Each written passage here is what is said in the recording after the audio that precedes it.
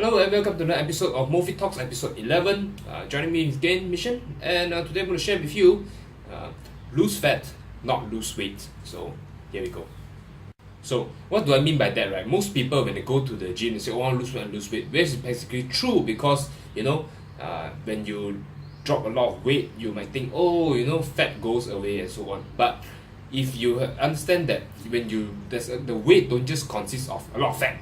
That's all. There's other things you need to take into consideration, like muscle, your hair, your tissue, or even the water in your body. Our body is made of 70% water, right? So these are a lot of factors that influence the weighing scale. So why I tell you that you want to confirm that you are not losing weight or losing fat is a huge issue, because you need to know that there is two different things. For example, if you want to lose weight, right?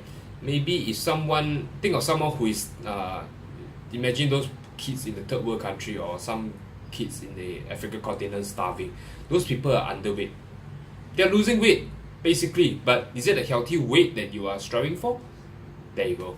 Okay, vice versa, you want to know that you're losing fat, right?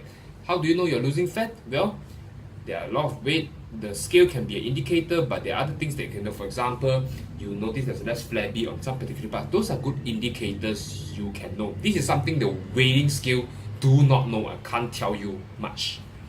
So to give you an example, right, how the body considers a lot of things, I'll just give you an example. It's like you go to a cake shop, right, and the cake shop say, "Hey, you want to buy my cake here?" It's like, "Oh, okay, cool." And then you say, "I want to buy 1 kilogram of cake." Okay, so if I want to do a 1 kilo cake, you ask the baker, "Oh, I want a 1 kilo cake, but I want 800 grams of the cake, and I want a 200 grams of the icing, the cream, and the topping, can you do that?" I'm sure the baker will look at you like, sorry, we can't do that, So imagine our body is like a cake. Imagine the sponge is maybe like our body, our muscle. Let's just imagine, and then imagine the icing of the cake is the fat, so to speak. So you have to understand, when someone say, "Oh, I want to lose weight and lose fat," you have to ask yourself, number one, compared to what? What is the weight? So that is the question. What is the weight that we are looking for? We want to understand. So if you are new to the gym and starting whatever you do, then yes, the scale might be a good benefit for you, because when you first go to the weighing scale, you lose a lot of fat, train a lot, you eat a lot, you sleep right, and then you go to scale. Yeah, you see, last time you used to be an obese 100 kilo person, now you become an 80 kilo person. So yes, the scale might be a good indicator that you are losing weight. But what about if someone, let's say if you are doing very well, after that you 80 kilo, you want to go down to 60 kilos, for example. So you go all the way down to 60, but you notice the weight keep like 61, 62, 61, 62, 63, 64. So you think, "Oh, I gained some weight, oh my god, this is the end of the world." Are you or are you not?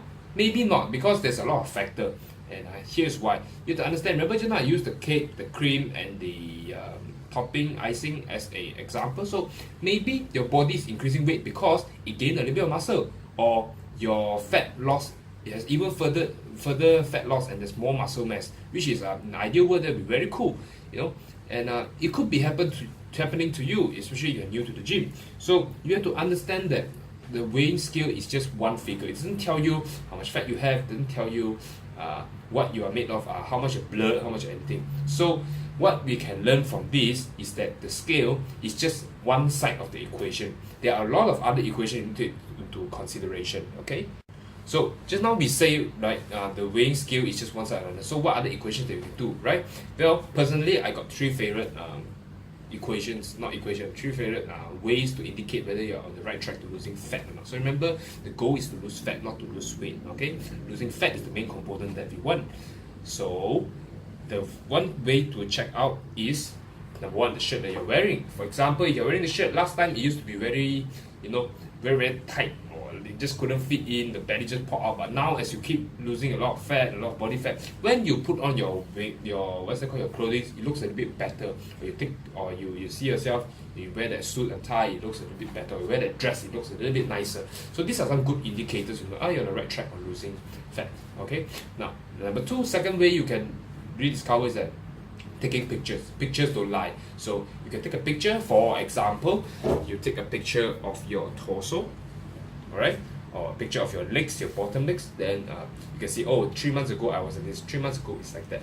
So maybe this is another good indicator that to know, you know what, am I on the right track, or I'm doing right, or vice versa. You want, if you're in the goal to lose fat, and then you keep, you keep seeing your picture 3 months, 6 months, you keep gaining more and more fat on the belly, then obviously you're on the wrong track, and there's something that has to be done. Okay. Now, to be honest, who can benefit from the weighing scale? I think everybody, but who in particular should go look on the scale every single day? Be very, very particular. Unless you are a weightlifting athlete, or for example you are a martial art artist, there is a weight class category that you need to compete. For example, in boxing you have the middleweight, lightweight, bantamweight, welterweight, and so on. Then yes, there's a weight requirement. Like for example, you have to be under 80 kilos only. You can consider yourself at a particular weight. Then yes, probably those kind of athletes should benefit. In fact, they should be very careful when they stand on the scale, because if they overshoot it, then they sort of disqualify from the competition, right? Or Olympic weightlifting, or even a powerlifting meet. For example, there's a under 85 kilos, or under 105 kilos, under 57 kilos. So if you overshoot, then you are not qualified for that category. So unless you are those kind of athlete, then yes, the scale, you play a very, very huge significant role for them, because they don't care how much fat you lost. If you're not at the weight, sorry, you're out, you can't go in. But most of them, chances are, you're watching this video or you're trying to learn something from this video, chances are you might not be a weight class athlete. Then maybe let the scale just be a small little guide. Don't just get so hang out or depressed by the weighing scale. Okay? But if you insist that, I want to see the weighing scale, I want to make sure that it's a good progress, well, if you really insist, then I'm not going to stop you. So I'm here to share some trick how you can do. Number one, being consistent. Stay on the same scale. You don't take the scale at your home versus the scale that you go to the office, and versus the scale you go to the gym. You're going to get 3 different results. Why? They're all different scale. Okay? You have to understand, even everyone's weighing scale is different. You go to the supermarket, the weighing scale is different. The market, the weighing scale is different. So why do you think a body weight scale is the same? It's nothing different. It's also, it give you all sorts of different results. Okay, so number one, stick to a good one scale that you can rely on. Okay, and if you stick to the scale, example in the gym, make sure every time you scale is a scale in the gym. Okay.